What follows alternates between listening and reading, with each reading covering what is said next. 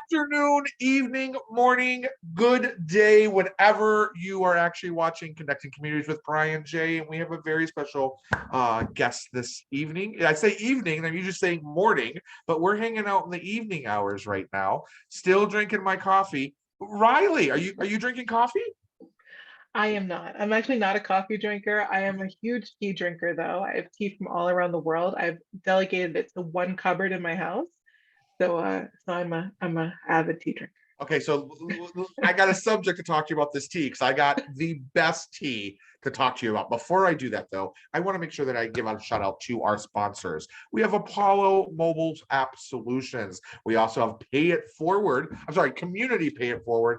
And last but certainly not least, where I just got my tattoo, Permanently Skin Artistry over here in Toledo, Ohio. So thank you for allowing us to hang out this lovely evening to be able to have this conversation. And let's talk tea. Okay, so my favorite tea right now is Ethiopian tea. Have you had it? I have not. I I'm have going to send not. you So the tell link. me. We have this Yeah. restaurant up north in Michigan. It's an Ethiopian. Have you ever had Ethiopian food? So I completely am lying. I just had the epiphany. I'm like, I've totally had Ethiopian tea. I love Ethiopian food. There's an amazing restaurant in Malden, Massachusetts that's called Habibi's, and it's to die for. And they Right. have the most delicious tea. So I have had that. Yes. Yes. So I ended up buying it. It's a loose tea, about this tall. It's $20 for two of them. They'll ship it out to you. I love it. So for folks that don't know Ethiopian tea, one, it's so fragrant and so sweet. It's all natural sugar. So you do not need to put any additional sugar into this tea. But it's also got a nice spice or a bite. Do you like tea that is a little spicy? I do. I love a great chai. Like I when I say I have tea from all around the world, I have tea from Indonesia, Japanese tea, Chinese tea. I have tea from, like literally all over. That is the Ryleigh, thing we that I should be will tea buy when I buddies. go somewhere. We Right? should So we we can just send each swap out other. and eat and send each other tea. Be like, you gotta taste this. Tea Tuesdays with Ryleigh and Brian. There's a Oh my show. gosh. So Brian, literally, when I first started my business, I networking was the whole thing, right? That was the biggest and most important part. I decided that the best way for me to network and get out there was by having like a little live show that I would stream on Facebook and stream on YouTube. And so I called it Tea Time with RK. Listen, I think we need to do this. Like, put us together. We'll talk because we got the job coach over here, right? Or sorry, business sales coach. Now, first Mhm. off, Ryleigh, I love your name. Now I have an 11-year-old little dude who is a Jackson Robert, and we started him as a Ryleigh, Riley. And then we saw all female Rileys. So his mama said, no, we're not doing it. So then I liked Kelly, right? I'm like, oh, Kelly for a boy. I like that. Yeah. And she said, I went to school with a boy named Kelly. Do you know what we called him? I said, no, what did you call him? She goes, Boy Kelly. So needless to say, we didn't go with Kelly either. But can you pronounce your last name for me? Klimenko. Minko. That sounds like a dance. It should Like, be, shouldn't it? It should be. It's like it's fun. My husband's actually from Russia, and right? so and our last name is Ukrainian, and it's a whole thing. But yeah, yeah. Fun. So tell me a little bit about yourself. So you are in Massachusetts. Is that what I heard? So I'm technically New Hampshire. I'm on the border of Okay. Massachusetts. Oh, so I've I have lived here. Yeah. family in Gloucester, Massachusetts. Oh, beautiful. Yeah. Yeah. Yeah. So tell Massachusetts is us, a talk gorgeous to me. place. Yeah, Oh, it is. it's a gorgeous place. And I've lived here for going on 30 years at this point now, like just short of it. And before that, I'm from the Wait, wait, UK. wait, wait, wait, wait. What? Okay, the math is not adding up. So you Okay. said you've lived there for 30 years. Going on 30 years, like 28, 29 years now. Yeah. Are you over 30? How old do you think I am, Brian? Well, now that you said that, I'm going to say 75 because you look amazing for 75, right? No, all kidding aside, I would have guessed 28 to 32 prior to this conversation. Oh, thank you. Bless you. No, I'm 35. I'm I wouldn't 35. have guessed. So this is good. It means that, like as I continue to get older, it's gonna stick. We can keep this The going. tea's working. Drink more tea. Okay. So Stay you're really married. You hydrated. have a little tyke at home. I do. I have three. So I have 6-year-old twins, and I have a 2-year-old. And it's kind of a funny story. So we got married in 2015, and we got married in Jamaica. Because my background, I was born in the United Kingdom, but I was raised for a good portion of my childhood in Jamaica. Okay. And then moved to the US. And so it was a whole thing to have the wedding in Jamaica, but I wanted a honeymoon because Jamaica is beautiful, but when you're doing an actual destination wedding, you don't really get to relax. So Sure. we actually went on a honeymoon to Thailand. And when we were in Thailand, which is a gorgeous country, so if you have not visited, you have to go. It is such a special place, and it's called the Land of Smiles because Mhm. everyone is it's just a happy place. Everyone smiles, and it's Hmm. kind and genuine. It's a really cool place. But we were at the street market after going to some of the temples and exploring in Bangkok. And in the street market, there's a lot of like street food kiosks Hmm. with like grilled octopus and spring rolls and like plates and drinks and all those things. And I was getting hot. It was a really hot day, so I wanted to get a mango juice. I went to the kiosk, and the kiosk owner looked at me and he's like, "Newlywed?" And when you like first get married, you're all like, "Yeah, Yeah. great." Yeah. How could you tell? And he said, "Give him this. This is for your husband." And I was like, "What's this?" And it was a red drink. And he said, "It's for vitality." And I was like, "Ooh, okay, cool." So off I went with my mango juice, gave my husband the drink. He just looked at me. He's like, "All right, whatever." Drinks the drink. We come back from our honeymoon, we're pregnant. 13, a couple weeks later, we have our first ultrasound. We find out that we're having twins. And I just remember my husband looking at the screen and going back and forth, like, "Is this real?" And I'm all excited, thinking this is the best thing. And for Right. 60 seconds, it was like the best moment of my entire life, just vibrating with excitement. And then the ultrasound tech kept looking and looking and looking, and something's wrong. What's wrong? Yeah. Let me look at the doctor. He comes in. We find out that we're having one of the most rare type of twin known to man. We're having a type of twin called monoamniotic monochorionic twins, which happens only in 1% of all twin pregnancies. It never happens. It was like winning the lottery, right? Like Sure. come back from our like I wish I had won the lottery, like the $1 billion lottery. That would have been great too. Um, No, it but wouldn't have. You just have more taxes. more taxes. But so we went through that, and that pregnancy is completely wild. Like don't Google it, don't bother, 'cause it's like a terrifying thing. But basically, if we made it to viability, which they believe to be about 24 weeks, we would be hospitalized.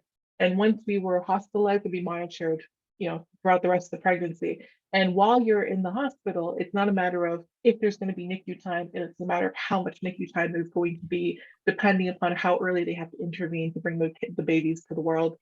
And it was like one test after the next after the next. So that was our entry point into parenthood. Oh, wow. And it was definitely a wild one. It was a wild one, but I think it brought us closer, honestly, because Right. having Sounds some like of you those need someone trials from early Grey's on. Anatomy to come and help you out. Like Dr. Addison Montgomery needs to be out there, or Arizona. Listen, I can call them. Okay. I've been Yeah. I've been hanging out with them for 18 years. They know me by now. Okay. The cool thing is we got so lucky because like that's how I look back on this. As bad as the opportunity, or as much of it as it was a scary time, we were so Sure. lucky. The doctor that walked into that office was a maternal fetal medicine doctor who had seen 4 cases of this incredibly rare type of twin pregnancy in the past few years. Like it was just like, I can't even believe that we're talking to you right now. And he Right. decided to take on our case, which was wonderful. And we had a great outcome. We were able to make it to 32 weeks before we had to deliver and all of that stuff. So it was the best outcome that could have happened. My kids were only in the NICU for a couple weeks. And then I went back to work kind of immediately afterwards, Of but course you did, it because was you're a wild. mom. So back to work. You are a business sales coach. So not Mhm. just a business coach, but your niche is really about closing that deal, building that relationship, going to the next stage per se, right? It is because the thing about sales is that it has evolved so dramatically over the past 50, 75 years. And what we see today is a lot of people utilizing social media, but then bringing in, those old school tactics, and they just don't resonate with today's buyers in the same way. Today's buyers have so many choices, so many opportunities. If they have a question, there's so many resources to get the answer to their question. If they have a problem, there's 1,000 ways to solve that problem. And they're weeding through the opportunities. So when you get onto a call with someone, right, immediately their barriers up because they're so used to people just selling, selling, selling, selling, selling. And most people don't have a really great way of being able to like open up the barrier and be able to really build a meaningful connection with someone so that they can be empowered to make a decision and make a decision from a place of confidence and power and purpose instead of from a place of fear and lack and scarcity. I think that makes a world difference because then when you make that decision, you're confident about it. So now I'm going to buy into the decision I made because I wasn't pressed up against it. I'm in it. I want to see it working versus being backed up against the corner, right? You know, we all got that individual where the buy now, right? You have 15 minutes. You know, that lovely little info commercial, right? Or you open up that LinkedIn and you have 15 people that you've never met before that want to sit down with you and talk about your finances. Who are you? Right? Like I just had that same thing where he just reached out to me on Facebook, right? Or on LinkedIn, not Instagram, on LinkedIn going, hey, I see that, you know, you're a business owner and you probably have money to put away. Why don't we sit down and have coffee? I don't even know your name. You know, how, you know, or I love it when people will reach out to me and offer to do my website for me. When I say, oh, thanks, but I do websites as well. You Like, know, that's what I do. Like, that's one yeah, of the things I do. What are you talking about? That means you know nothing about me. well, And yeah, it isn't that it's like that's the thing is that people are onto it now. You know, that nonsense could have worked in the early days of the internet when, you know, some of these social platforms were just coming out and that type of thing. And it's like, hey, you want a website because you probably don't have one.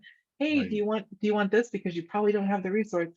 But today, people are more savvy and more sophisticated. And if we treat them like they are not knowledgeable, like they don't have options, and like they are just going to comply with what we want them to do, that that's the wrong way to navigate it. We have to really treat people like they are educated decision makers because that's who you really Right. want to work with, right? Like as you think about who your target audience is, you want to work with people who are making educated decisions and are excited about their decision. And it all comes down to buyer psychology. Like I, one of the big things that I talk about a lot is not using scripts, right? That's one of the first things that most salespeople do is they start perfecting and writing out their script and getting it to the, you know, the best place possible. And what I find is that at the end of the day, most people who enter entrepreneurship are not actors. Right? Like if you were meant to be Brad Pitt, Brian, then you would be Brad Pitt, right? Like you would be How hanging do out you with know movie I'm not? stars. You Okay. could I think be. it's really wrong of you to dictate how I'm coming across right now. I'm in full makeup. Okay. He's got the little cap too. He wears the cap. He does. That's only Poor so the guy. baldness doesn't reflect from the screen. So I've got to have some sort of a balance. Oh my goodness. But that's the thing, like most people aren't comfortable acting out this thing, right? And so forcing them to work through this, and then it just doesn't feel right. And then the minute someone throws them an objection that they haven't prepared for, they haven't written out, they're like, what the heck just happened? I don't even know what to say. And so that's the opportunity is really sales can be a conversation. My key thing is conversational sales. That's what it should be. It should be like this. It should be like getting to know someone else and wanting to get to know them and it being focused on them, not on you. Well, it's about finding the solution for their problem. I think we come in there too many times and we want to solve all these things. And hey, I got a great platform for email marketing. Well, they're not even doing email marketing because they don't even have a great website or a social media presence. So let's fix those problems before we build off of those. And it's just not listening to what that is and giving the solution. It's just, I have all this product and this is why you need it. Well, I don't need it right now, right? It's building to that particular point. You're so right. You're so right. And I think the opportunity is that as the expert, sometimes we see something bigger, right? Like someone can come to me, and I'm sure the same thing for you, Brian. Someone can come to you and look at you and say, well, Brian, I really think my key problem is that I don't have a social media presence. And you may look at it and say, actually I can diagnose and uncover that there's actually something really much more deep that needs to be fixed first. And then we're going to get to this point, right? But if you ignore what they're telling you as being their core problem and the thing that is causing them the friction right now, you're gonna push them away from actually wanting to move forward with you because you're just disregarding how they actually feel and what's causing them the most discomfort at that point in time. I love the saying, give them what they want and deliver what they need, right? Give them what they want and deliver what they need.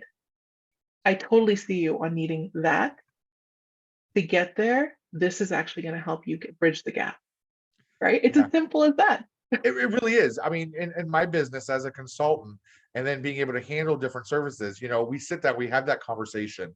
I try to figure out, where do you want your brand to go? And these are ways that you can get there. This is what you can do to do it, or I can do it for you for XYZ. And at that point, it's just a determination. It's never about cost, because I focus with the smaller folks. So cost is never the aspect. It's about, what do I get, right? It's about that ROI. It's about those little pieces that you can kind of get that low hanging fruit to get to the next level. But if you come as a resource, hey, you know what? I'm going to introduce you to Bob because you and Bob have the same clientele and you guys can maneuver something around and have a conversation. They'll come back because now I'm that expert, right? They like what I have to say. So when I tell them, hey, you need to really work on a social media campaign, they're going to believe that that's what they need to do. And I'm going to tell them how to do it. So it's not just, oh, this is a secret. I'm the only one in the world that can do it, right? I'm going to empower you to do it. Now, depending on what your time is worth, do you want to spend 5 hours doing something that I can do in 25 minutes? Is that $25 worth that 5 hours of your time?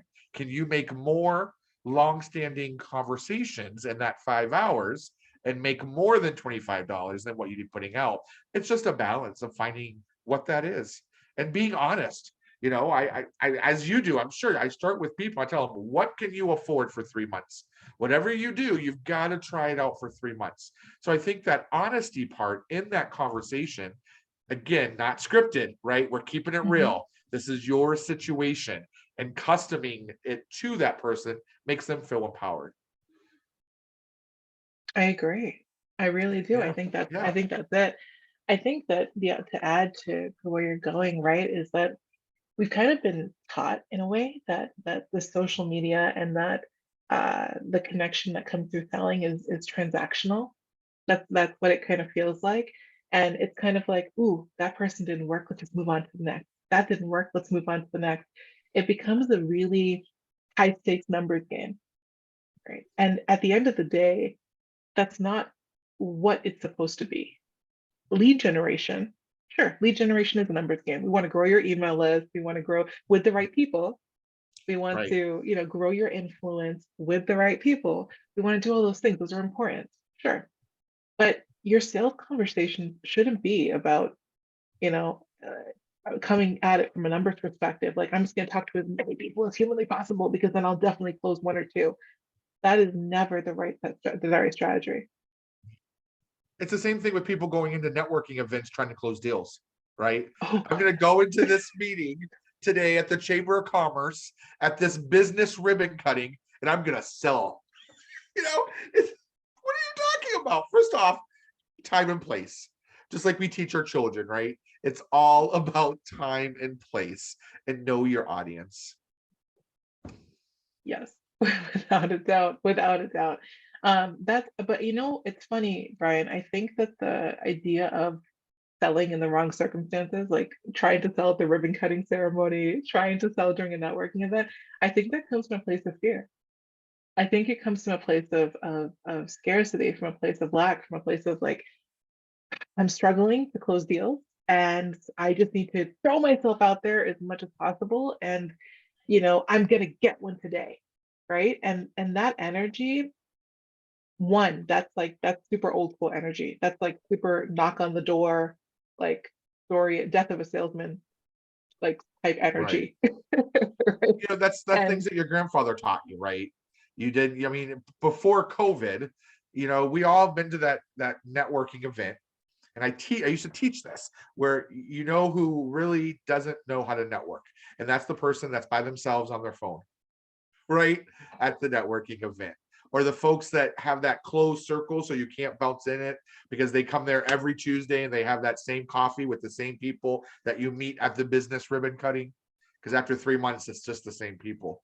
And it's about putting yourself in different situations to add value, because now I know Bob at the ribbon cutting, and now I can introduce him to Kevin at the daily lunch, and being able to It be is. that resource. Sometimes we forget that we have more than services or products.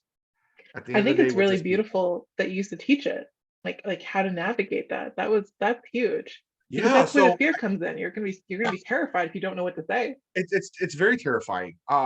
Prior to my role here with C2 and more, I co-owned a bigger company that focused on small and medium-sized businesses. And as I was having conversations with folks just like you, those solopreneurs, and we were talking about our services, they would leave feeling very degraded, down on themselves, not feeling like a real business owner because they couldn't afford our services, which is really what I realized, that I was in the wrong business, right? I was talking to the wrong audience. So I started a group very similar to like a BNI, where I would teach people how to network. So when you're sitting in a room, now you're in control, right? When you're at the grocery store, you have the control of getting the person's business card so you can follow back up. And it was great. I loved it. And so COVID happened, and then COVID shut us down, and I had to pause and pivot, change my business around. And I've been fortunate enough to be able to work from home, and you as well, right? You can kind of be Yeah, flexible where you can kind of work internationally as well. absolutely. Yeah, I love that piece because before working in corporate, I worked for one of the largest financial organizations in the world, and I've rolled out sales programs and all of those things, and traveled, in that environment, and it's super high stakes. Like it's not 40-hour work weeks. I don't think it was ever a 40-hour work week. Right. 50, 60, 40 70, hour like 2 day. creeping. Yeah, like 40, is there 40 hours in a day? That's how it felt some days. Um, and then the beautiful shift to being able to do this from home and be able to like connect with people all around the world and look forward to, like I have a speaking gig coming up that's actually in the Caribbean, where I'm going to go to an event that's in Saba and St. Vincent and Eritrea, Fun. and so much fun, like so Right. incredible, right?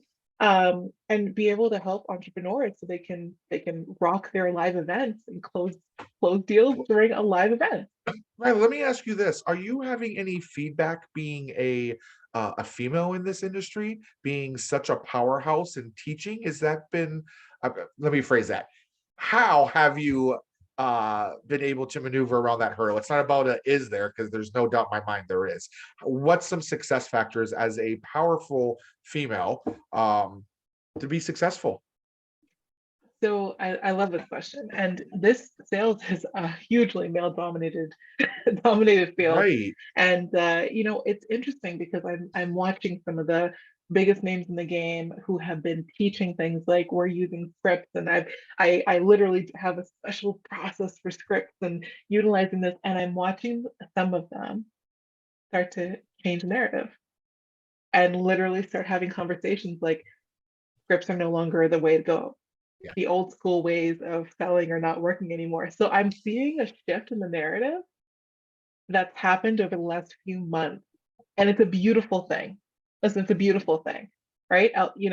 I'm happy that it's starting to evolve because that means that more people are paying attention.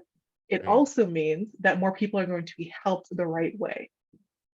And all I can say is I wish that that conversation had been happening for a lot longer than just the last few Right. months.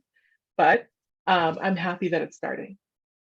For when it comes to, people kind of taking material or changing the narrative or that type of thing, here's the thing. I have people take my stuff all the time, right? Especially like some people who are just starting off and, trying to figure out what to say and that type of thing. And I actually have no problem with it. I really don't mind. The opportunity that I would say is like, if you feel inclined to, reach out because I'll tell you if it worked or not. Like I'll let you know, like that one actually didn't work that well. I would Right. try it this way. Um, Let But me ask you I, this. Have you yeah. thought about, we're going off way subject here. Have you thought about doing a membership? I'm just throwing this out there. For $10 a month, you get access to the 10 best questions to ask at a first meeting. You get access and downloads to the top 5 things to have on your green screen and a virtual meeting. You get access to Ryleigh once a month in a masterclass where I talk about the things not to do on social media. Have you thought about creating something like that where you're touching something one time, but you're getting multiple pieces, a lot of a little versus a little of a lot? So I played with the idea, and here's the thing that I found. I have found, and I'm curious if you found this too, actually, Brian, because we are opposites in this realm, and I think it's a beautiful synchronicity. What I have found is that it takes me the exact same energy to sell a high ticket product than to sell a low ticket product. It literally takes the exact same conversation, same shift in belief, same, navigating the decision making process. And what I found from it was that for the first like 2 years in business for me, it was important to build audience, Mhm. to create the income so that I could keep going, right? And I wanted to help people holistically, every single level. I wanted to make sure they got everything from me. So the people that work with me, they don't just get the sales training. Like they get the business strategy, they get the launch strategy, they get the swipe files, the copywriting, they get the access to my team, they get everything because I want them to be successful. Their results are incredibly important.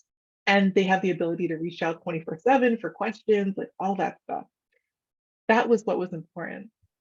As we continue down the road, now that the audience building is there, doing more speaking gigs, all of that type of thing, there's going to be more diverse offering, but it has to be the really like the right fit. And what I find is I have a deep interest, and I'm interested to see where it goes over the years because we're going to see, but I have a deep interest in really making sure people get the results. Like that, I don't know that everyone feels that way about their products, like in the coaching space or what have you, right? Sometimes it's like, okay, just buy my program and we'll see how it goes. But I really care about people getting their results really deeply. And I know that like sometimes with just like the quick hit, they're not going to. And so it's important that they get that, they have enough friction to push forward and to want to get the results. I totally What do you understand and find? appreciate where you're coming from. So what I'm hearing you say is you need those individuals to have a value in what they're having versus just spending money for fluff. There's a piece of it, yeah. And it's not necessarily fluff. It's like because I don't think anything I could create would be fluff. It's like, are they putting the value though on what they're getting, No, right? totally. Like if I gave you a training on my full sales process where you could watch it again and again, and you could practice it again and again, and you would be able to rock your sales calls, but I sold it for $20 or $7, and then you didn't care enough to keep practicing it, that would be sad. Have Because you I've thought about doing debated like a it. mini session, like a 2 hour session to dip you in, and then get And you dip into the longer session, just as more of a staging for that individual that don't know if they want to commit all the way, but they're loving your energy and they're loving the results. Results by Ryleigh, just saying. That's Um, good. yeah, That's good. I like that. yeah. Um, you make me laugh. So I do have something. I do have something. So when I say that it's like free or high ticket, it's not quite true. I do Okay. have a VIP. And so I do a 5 day training. Technically it's 6 days, but I alwaid add a bonus. I do a 6 day training every few months. And within that training, I do a VIP upgrade. And so anyone that purchases a VIP upgrade, which is not a huge investment, anyone that purchases a VIP upgrade gets 5 extra hours, an Wow. hour after every single session to actually dig in, ask questions, get coached, get to actually experience what it's like to work with me. Like, let me look at their funnel, look at their systems, like talk through the sales strategy. We get to do that type of work together. So I do give that entry so people can do that. And I think that that's one thing that I will never let go of. I love doing the VIP option. Yeah. No, I can appreciate that. I have my Staying Connected program. It's $25 for unlimited consulting, right? We do different types of advertising, different types of top of mind, different workshops, and it's my engagement piece, right? It's well valued at $75, but I'll never change the pricing at 25. One, I think it's because so much why? more. I like Yeah, I have to say it's like so much more value than that. Like for anyone that's not in that program already, you should be, Yeah, because it's like free what you're knowledge, getting right? It's is like those folks people will that get charge you their hand thousands of that needs dollars. held. Like you could easily charge $1,000, $1,500 a month for a program like that to get your expertise on a regular basis. So like anyone watching is nuts Yeah. not be in that program right now. Well, back with you, Ryleigh. I mean, who doesn't need to listen? Keep in mind, folks, business sales coach doesn't only mean in your business. Something tells me that it could also affect your daily life as well. The things that you would teach are going to build that confidence, right? For you to tell someone, no, I'm not cooking for you for the next 8 years, right? It's about having those conversations and being comfortable and constantly having those conversations, especially in the sales coach. It's not just a one conversation close, right? It's about building that relationship, because at the end of the day, if you're not going to close them, they may have someone there that may need your services. It's true. It's true that there's been so many times where you start off a conversation with someone, on my sales team or my community, they start off a conversation, or a client, they start off a conversation with someone and then they're like, I never want a client. It's actually happened to one of my, I can think back to one of my clients who is a fantastic mindset coach. She works within the body, so she teaches you how to, through movement, release some of the trauma or release some of the pain or anger or any of those things that is sitting on your heart, right? So she helps you through movement be able to do that. And she had had a self conversation with someone and realized that they were not a good fit for their program, which is a great thing, because just selling to sell is a lack of integrity. So we talk about that too. So she realized that was not a great fit. And what she did is she told her, like, this part is not a great fit for you. What I would, because you need deeper work, what I would recommend is one, like, she made one recommendation for more professional help, and she made a recommendation for like a one-to-one to get them started. Yeah. And then what happened with that person is they ended up referring her sister, because she said, like, I love you. I think you are an amazing. And one, thank you so much for not just taking my money and then not helping me get the results I actually need. Right. And she recommended her sister, who ended up being a client, which is perfect. I mean, when we're in positions where we can pick and choose our clients, it's amazing, right? I recently had one where it just wasn't a good fit with us. And I said, listen, I'm not going to be able to help what you need, but I can reach out and get someone else to handle you. Because I think personalities are huge, right? If we're not driving, then I'm not going to be able to conversate with someone, right? Because they're going to be defensive, or it's not about that. I'm not here to play I gotcha. I'm here to say, let's build you, right? Let's get this going. So speaking of that, one of the things that I really liked was your favorite quote of the moment. Do you remember what you told me it was? You might not. I think I told you the Maya Angelou Yeah, quote, you which is did. my, yes. Oh Yeah, my you gosh. I did. love her. I love I her, love love her. this quote. My mission in life is not merely to survive, but to thrive. And to do it with some passion, some compassion, humor, and style. Like, hello.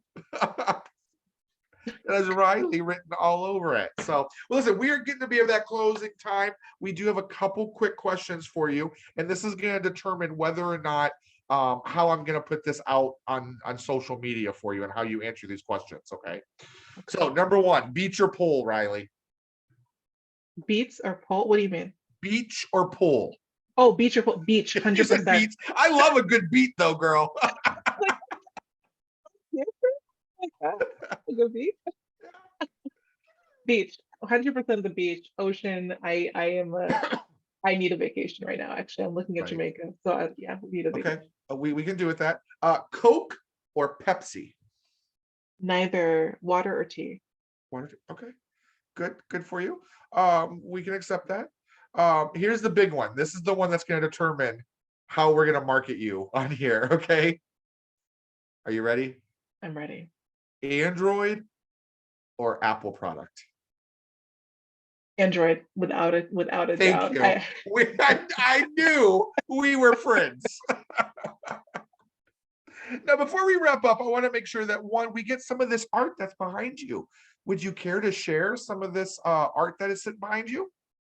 So I pick up things from wherever I am. Like I love tea and art. So I pick up tea and art from everywhere. My statue that's up here, I believe he came from Jamaica.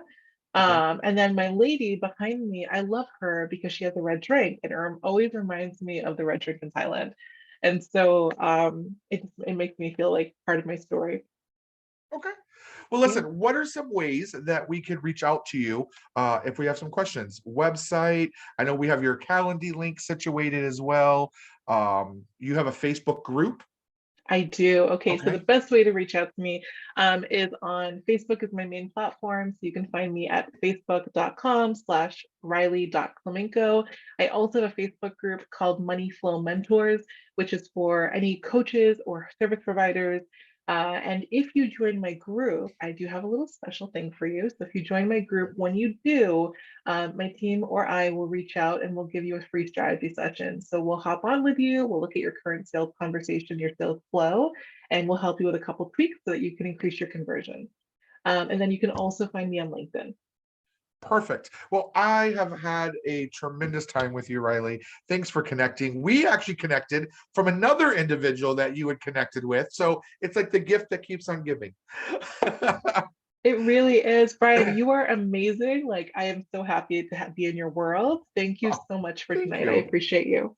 Any last minute tidbits or best bets or things that we could do right now to show an impact in our sales flow? The number one thing that you can do right now is you can make a commitment to practice what you do.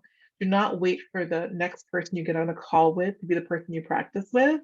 Grab a friend, grab a partner, film yourself, ask yourself some of the questions that you would ask during a sales conversation and see how that would go. Like practice it out. There's a saying, practice makes perfect. I think that is a complete misstatement. I don't think it's true at all because practice means makes perfect means that there is a limit to your capabilities and there is no limit to anyone. Like we have shown again and again that people are absolutely incredible and can do things that just blow your complete mind. So what you can do to help your sales conversations right now is to start practicing and learn a methodology that allows you to really sit firmly in your zone of genius and feel confident. Hmm. So rehearse with Ryleigh.